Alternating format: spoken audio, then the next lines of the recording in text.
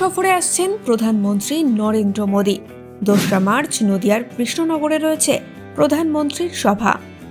প্রধানমন্ত্রীকে স্বাগত জানাতে জোর কদমে চলছে প্রস্তুতি। আর মোদীকেই বিশেষ উপহার দিতে অক্লান্ত পরিশ্রম তুহিন মণ্ডলের। নদিয়ার চাপড়ার বড় আন্দুলিয়ার বাসিন্দা তুহিন মণ্ডল।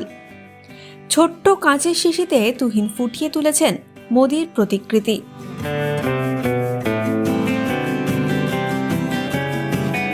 প্রধানমন্ত্রীর হাতে এই উপহার তুলে দেওয়ার ইচ্ছা তুহিনের।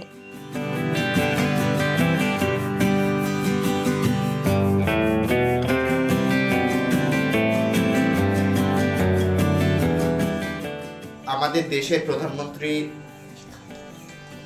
নরেন্দ্র মোদী উনি আসছেন এবং এটা আমাদের খুব আনন্দের বিষয় যে আমার জেলাতে উনি আসছেন। সেই জন্য আমি একজন শিল্পী হিসেবে ওনার ছবি আঁকার চেষ্টা করলাম, সেটা একটু অন্যরকমভাবে।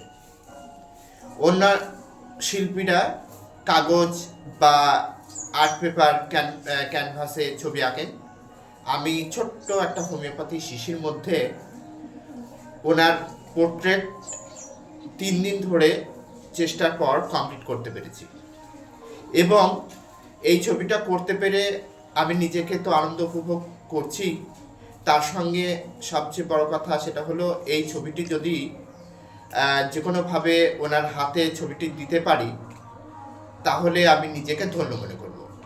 আমার নাম মৌমিতা ঘোষ। আমি তুহিন স্যারের কাছে ছবি আঁকা শিখি। উনি একটি হোমিওপ্যাথি শিশির মধ্যে আমাদের দেশের প্রধানমন্ত্রী ছবি আঁকিয়েছেন।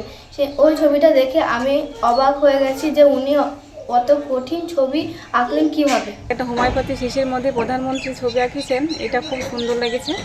আশ্চর্যের ব্যাপার এটাই যে ওইটুকু শিশির ভেতরে যে আঁকিয়েছে এত সুন্দর লাগছে।